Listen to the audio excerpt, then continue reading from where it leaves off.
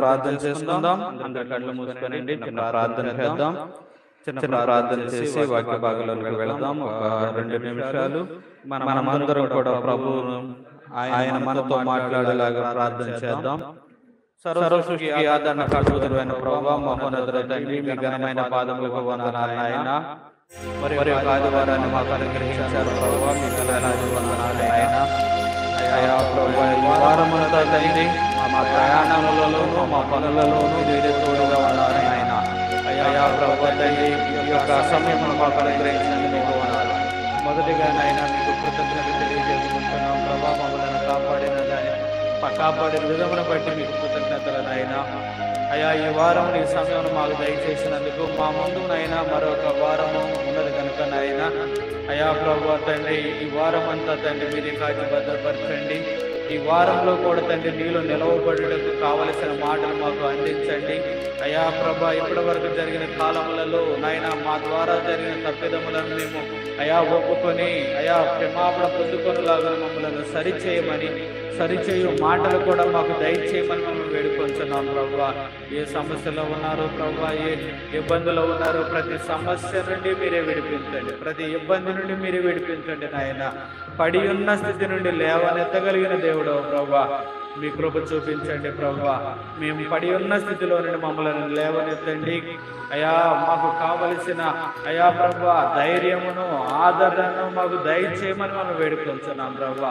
అయా ప్రభువా తండ్రి, ఈ యొక్క అయా శబ్ద యంత్రం ద్వారా నాయన మరి లైవ్లోనైనా చూస్తున్న వారు కూడా నాయన ఆదరణ పొందుకునేలాగా కావలసిన మాటలు వారందరికీ మా అందరికీ దయచేయమని మనం వేడుకొంచున్నాం. మాతో మా అందరితో మాట్లాడమని అయా ప్రభు సైతాన్ని చేస్తున్న ప్రతి ప్రయత్నం లయపరిచి ఇంకా రావలసిన వారు అంటే వారిని త్వరితగతిన తీసుకుని రమ్మని మమ్మల్ని వేడుకొంచున్నాం ప్రభా.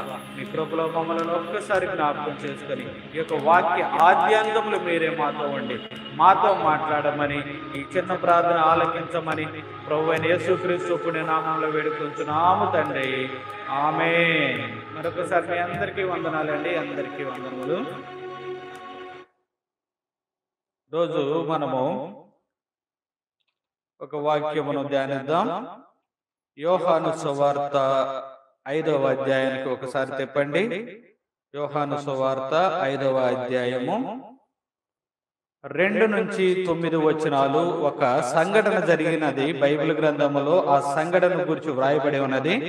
యెరూషలేములో గొర్రెల ద్వారము దగ్గర హెబ్రీ భాషలో బేతెస్దా అనబడిన ఒక కోనేరు కలదు.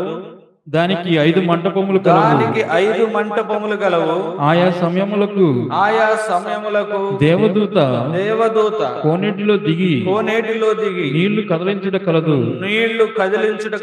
నీరు కదిలింపబడిన పిమ్మట మొదట ఎవడు దిగునో వాడు ఎట్టి వ్యాధి గలవాడైనను బాగుపడును గనుక ఆ మంటపములలో రోగులు, గ్రుడ్డివారు, కుంటివారు, ఊచకాలు చేతులు గలవారు గుంపులుగా పడి ఉండిరి.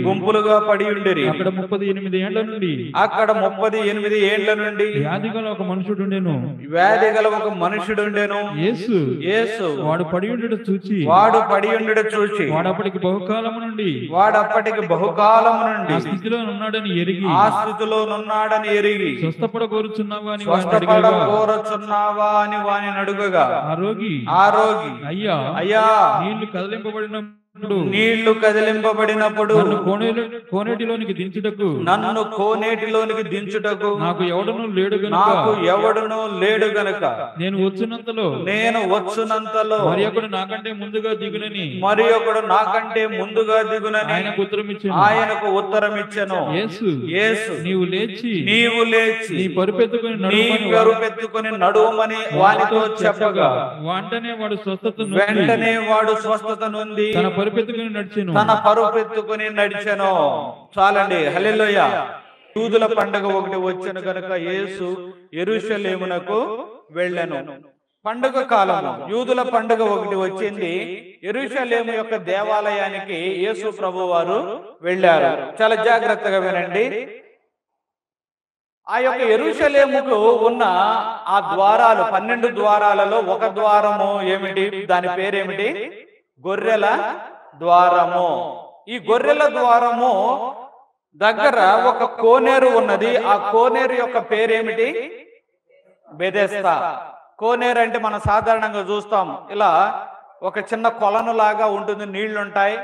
దాని చుట్టూ కూడా మరి 5 మంటపాలు కట్టి ఉన్నాయి. మంటపము అనగా ఒక్కొక్క చోట ఒక్కొక్క కప్పుతో ఒక్కొక్క కొన్ని కూర్చోవడానికి ఉండడానికి ఒక మంటపాలల్లే కట్టారు.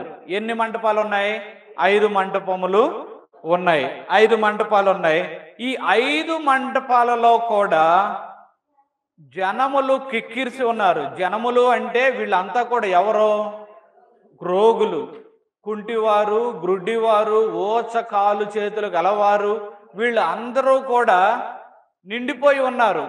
కిటకిటలాడిపోతా ఉన్నది. ఒక విషయాన్ని గమనించండి,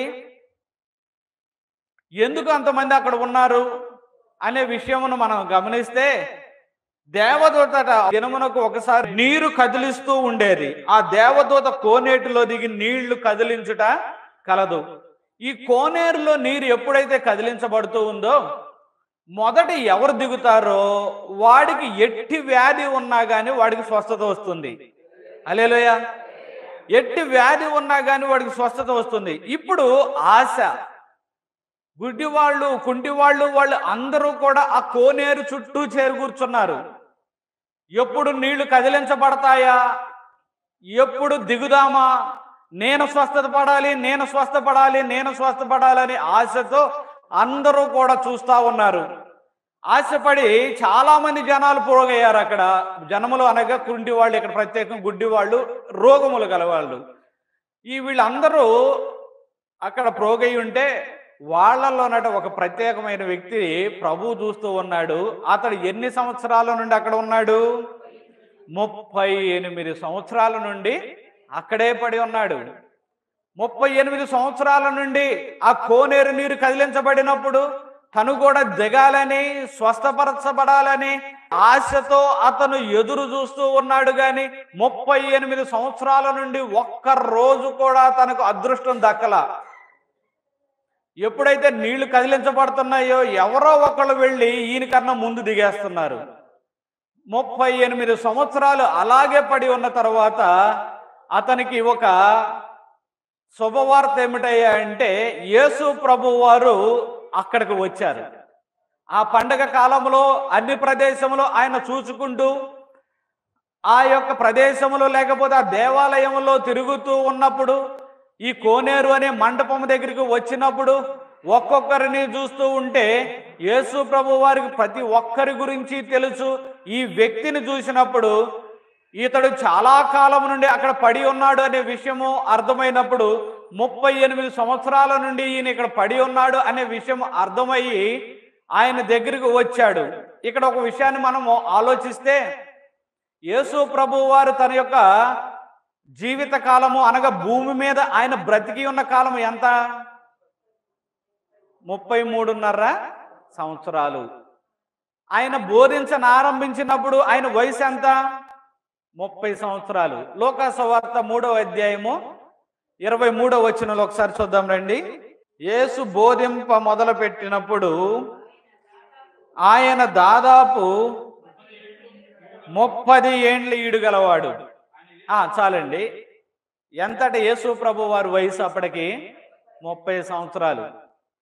ఆయన ఈ ప్రాంతానికి వచ్చేసరికి మరి బోధింప మొదలు పెట్టిన తర్వాత మరి సంవత్సరానికి వచ్చాడో 2 సంవత్సరాలకు వచ్చాడో, తన జీవిత కాలం అంతా లేకపోతే ఈ భూమి మీద ఆయన ఉన్నంత కాలము 33.5 సంవత్సరాలు.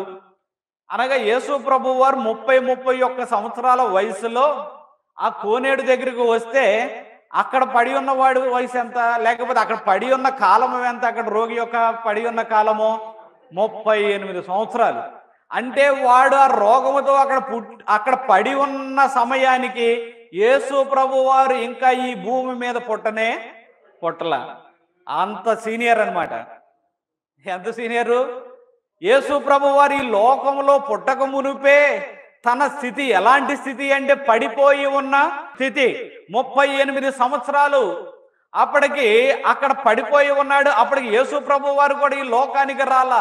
సీనియర్గా లేకపోతే ఏ ఆధారము, లేకపోతే ఏ ఆశ్రయము, ఏ ఆదరణ, ఏ నిరీక్షణ లేని స్థితిలో అతడు పడి ఉన్నాడు. ఎందుకు నిరీక్షణ లేదు? అతనికి తోడుగా ఉండేవాళ్ళు, లేకపోతే అతడికి నీళ్లు కదిలించినప్పుడు మొదటిగా వెళ్ళి దింపేవాళ్ళు అతనికి ఎవరో కూడా తోడు లేరట. 38 సంవత్సరాల నుండి ఏ తోడు లేకుండా, లేకపోతే ఏ ఆదరణ లేకుండా, ఏ యొక్క మరి అతనిని చూసేవాళ్ళు లేక మరి నిస్సహాయ స్థితిలో అతడు పడి ఉన్నాడు. 38 సంవత్సరాలు. యేసు ప్రభు వారు కూడా అప్పటికి భూమి మీద జన్మించాల. కానీ యేసు ప్రభు వారు జన్మించిన తర్వాత ఆయన 30 సంవత్సరాల వయసు వచ్చినప్పుడు, ఆయన సేవలోను లేకపోతే బోధింపనారంభించినప్పుడు, యెరూషలేమునకు వచ్చినప్పుడు ఈ వ్యక్తిని చూచి అంటున్నాడు, అయ్యా ఎంతకాలం నుండో ఇక్కడ ఉన్నావు కదా? అవునయ్యా, ఎప్పటి నుండో నేను ఇక్కడ ఉన్నా. బహుశా 38 సంవత్సరాల నుండి ఒకటే ఆశ ఉండి ఉంటుంది. ఏం ఆశ? స్వస్థపరచబడాలని. అంతేకాక నేను అనుకుంటున్నాను, ఈ జనాలు గుంపులు గుంపులుగా చేరే కొద్దీ కూడా ఏమనుకొని ఉంటాడంటే, ఆశ ఏమిటయ్యా అంటే, ఏదో ఒక రోజుకి వీళ్ళందరూ కూడా ఖాళీ అవ్వకుండా ఉంటారా? నేను ఒక్కడిని ఎలాగో దొల్లుకుంటానో, నెట్టుకుంటానో, ఎలాగోలా వెళ్ళి ఆ నీళ్లలో పడకుండా ఉంటానా, స్వస్థపరచబడకుండా ఉంటానా అనే ఆశతో ఉన్నాడు. కానీ రోజు రోజుకి జనములు లేకపోతే రోగులు తగ్గుతారు అనుకుంటే ఎక్కువ అవుతా ఉన్నారు. అంటే సమస్యలు పెరిగేవారు ఎక్కువ అవుతా ఉన్నారు. సమస్యలతో వారందరూ కూడా అక్కడ నిస్సహాయ స్థితిలో పడిపోయేవారు ఎక్కువ అవుతా ఉన్నారు. ఇక్కడ ఇతను కూడా ఎన్నో సంవత్సరాల నుండి ఎదురు చూస్తూ ఉన్నాడు. ఇప్పటికి 38 సంవత్సరాలు అయితే, లేకపోతే అప్పటికి యేసు ప్రభు వారు ఎవరో తెలియదు. వచ్చి అడుగుతున్నారు యేసు ప్రభు వారు, నీవు స్వస్థపరచబడ గోరుచున్నావా? ఏమని అడుగుతున్నాడు? స్వస్థపరచబడ గోరుచున్నావా అని అడుగుతా ఉంటే అంటున్నాడు, అయ్యా స్వస్థపరచబడాలని ఉంది కానీ ఆ మాట మనకు అక్కడ క్లియర్గా కనిపించదు కానీ అంటున్నాడు, నేను దిగేలోపు మరి ఒకరు దిగుతున్నారయ్యా, నేను వెళ్ళేలోపు మరి ఒకరు వచ్చేస్తున్నారయ్యా, నాకు నన్ను దింపడానికి ఎవరు కూడా లేరయ్యా. ఇప్పుడు చూడండి, అతడు ఎంత దీనమైన స్థితిలో ఉన్నాడు అంటే, ఎవరో లేని పరిస్థితుల్లో ఉన్నాడు. నిజానికి ఎవరో లేరా? ఒకవేళ అక్కడికి అంతకు ముందు తీసుకొని వచ్చి అక్కడ కూర్చోబెట్టి వెళ్ళిపోయిన వాళ్ళు ఉండే ఉంటారు. ఇప్పుడు సహాయం చేయడానికి మాత్రం ఎవరో లేరు. అంటే అతని పరిస్థితి ఎలా ఉందయ్యా అంటే, నిస్సహాయ స్థితి. సహాయం చేయువారు ఎవరు లేరు.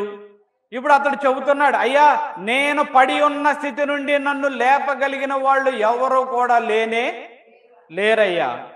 నేను పడి ఉన్న స్థితి నుండి నన్ను లేపగలిగిన వాళ్ళు ఎవరు కూడా లేరు. అయ్యా ఒకవేళ మా వాళ్ళు ఉన్నారేమో, మా బంధువులు ఉన్నారేమో, లేకపోతే మా వాళ్ళు నా అనుకున్న వాళ్ళు ఉన్నారేమో, కానీ ఈ పరిస్థితి నుంచి మమ్మలను విడిపించగలిగిన నాథుడు ఎవరునూ లేరు. ఎంతమంది ఉన్నారు ఈ లోకంలో? లేకపోతే ఎంతమంది క్రైస్తవులమైన మనలోనే అయ్యా మాకు తెలిసిన వాళ్ళు ఉన్నారు, బంధువులు ఉన్నారు, మిగిలిన అన్ని విషయాల్లో సహాయం చేయగలిగే వాళ్ళు ఉన్నారేమో, కానీ ఈ ప్రత్యేక పరిస్థితిలో నుండి మమ్మలను విడిపించగలిగిన వారు ఎవరు లేరు. అయ్యా మమ్మల్ని విడిపించడానికి ఎవరు లేరు. అయ్యా అతడు కూడా అంటున్నాడు, నన్ను విడిపించడానికి ఎవరు లేరయ్యా.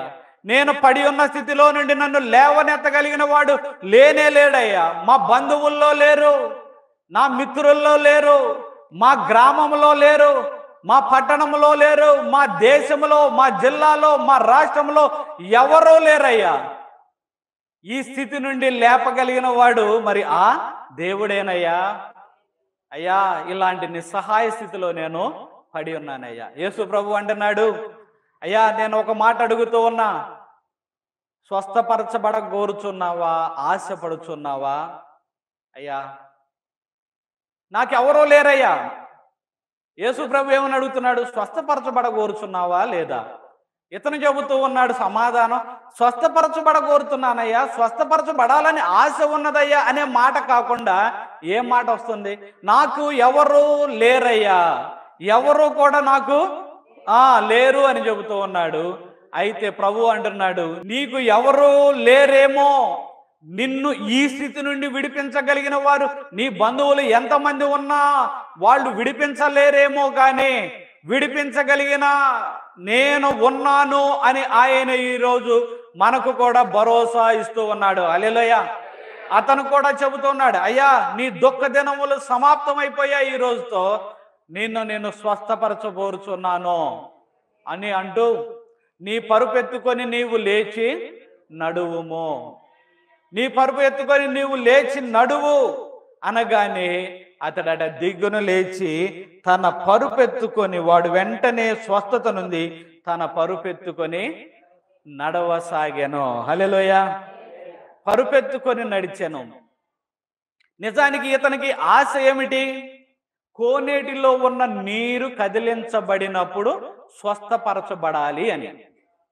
కానీ కోనేటి నీరు కన్నా శ్రేష్టమైన వాడు, నీటిని కదిలించే దేవదూత కన్నా శ్రేష్టమైన వాడు, యాజకుల కన్నా శ్రేష్టమైన వాడు, బోధకుల కన్నా శ్రేష్టమైన వాడు, ప్రవక్తల కన్నా శ్రేష్టమైన వాడు, రాజుల కన్నా శ్రేష్టమైన వాడు, జ్ఞానుల కన్నా శ్రేష్టమైన వాడు ఆయనే ఆ స్వస్థతను జరిగించాడు. హల్లెలూయా.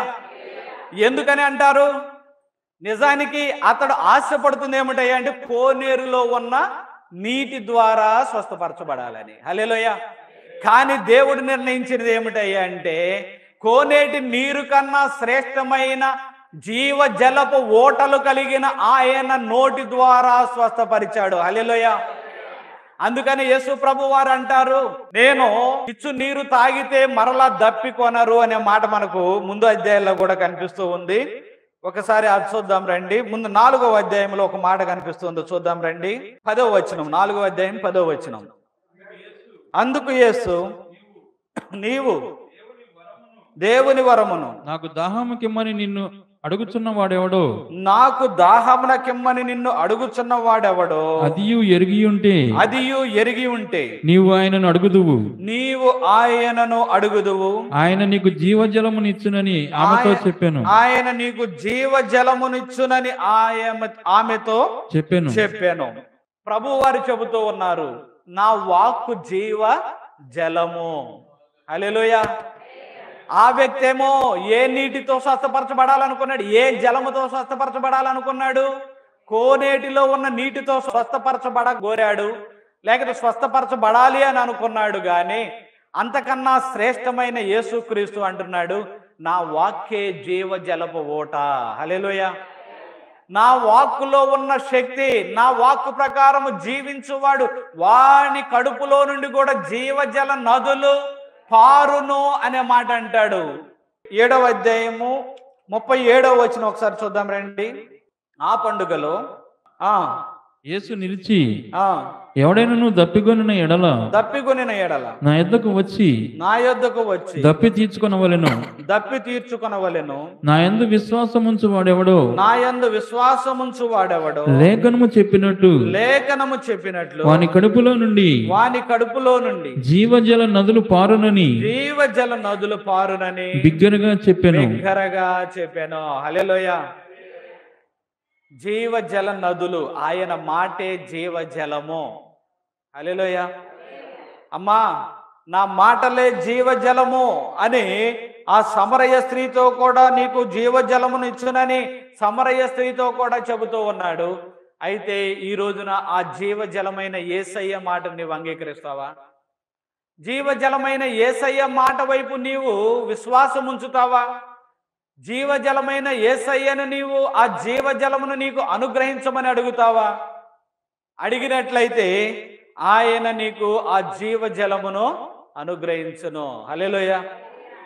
ఇక్కడ ఉన్న వ్యక్తి ఏదో కోనేటి నీరుతో తన్ను తాను స్వస్థపరచుకోవాలని అనుకున్నాడు, కానీ జీవజలమైన యేసయ్య నోటితో అతడు స్వస్థపరచబడ్డాడు. హల్లెలూయా. దేవుని మాట జీవజలపు ఓట. ఎంతమంది ఈ జీవజలమును లక్ష్య పెడుతున్నారు? దేవుని మాటను ఎంతమంది లక్ష్య పెడుతున్నారు? ఒకసారి ఆలోచించుకోనండి. క్రైస్తవులమే, దేవుని సన్నిధానములో ఉండేవాళ్ళమే, దేవుని సంఘంలో ఉండేవాళ్ళమే, కానీ దేవుని మాట అంటే మనకు ఎంత నిర్లక్ష్యంగా ఉంటుంది కొన్ని సందర్భాల్లో. దేవుని మాట అంటే మనకు ఎంత అలక్ష్యంగా ఉంటుంది.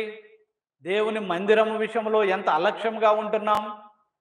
దేవుణ్ణి ప్రార్థించే విషయంలో ఎంత అలక్ష్యంగా ఉంటున్నాం. ఒకసారి ఆలోచించండి. ఈ సందర్భం అవునో కాదో కానీ చెబుతూ ఉన్నాను. ఈ గడిచిన వారంలో ఒక సోమ మంగళ బుధవారాలు బద్రిరాజుపాలెంలో కూడికలు జరిగాయి. లాస్ట్ 2 రోజులైతే విపరీతంగా జనం వచ్చారు కదా, చూశారు కదా మీరు. శనివారం రాత్రి అక్కడికి వెళుతూ ఉంటాను కొన్ని సందర్భాల్లో, అక్కడ ప్రార్థనలో పాల్గొంటూ ఉంటాను. అమ్మ, ఇంతమంది జనం రావడానికి కారణం ఏమై ఉంటుంది అని నేను అడిగితే వాళ్ళు అంటున్నారు, ప్రార్థన అయ్యా. ఏమిటట? ప్రార్థన. బద్రిరాజుపాలెం సంఘంలో 62 రోజులు ప్రార్థన చేశారు కూటాలకు ముందు. ఎన్ని రోజులు? 62 రోజులు. వాళ్ళకి వ్యవసాయాలు ఉన్నాయి, వాళ్ళకి చిన్న చిన్న వ్యాపారాలు ఉన్నాయి, వాళ్ళకి పనులు ఉన్నాయి, కానీ సాయంత్రం 7 గంటలకు దేవుని సన్నిధానానికి వచ్చేస్తున్నారు వాళ్ళు. కనీసం 20 నుంచి 25 మంది తగ్గకుండా వస్తున్నారు. శనివారం ప్రార్థనలే, ప్రార్థన వాళ్ళు చేసుకుంటారులే. ఎంతమంది అనుకుంటున్నారు అలా? విసుగక ప్రార్థన చేయమని ప్రభువు లోకాసువార్త 18వ అధ్యాయంలో చెప్పాడు. మాకు కాదు, అది ముసలోళ్ళకి, ఏ పని లేనోళ్ళకి, వాళ్ళకి ప్రార్థన. మాకెందుకు ప్రార్థన? మాకు వాక్యం అంతా బాగా తెలుసు. మేము వాక్యము ఏం చేసాం? అవపోసన పట్టాం. లేదండి, సాక్ష్యం చెప్పాలని ఆశపడుతున్నాను కాబట్టి చెబుతున్నా. 62 రోజులు ప్రతిరోజు రాత్రి వచ్చి ప్రార్థన చేశారు వాళ్ళు. హల్లెలూయా.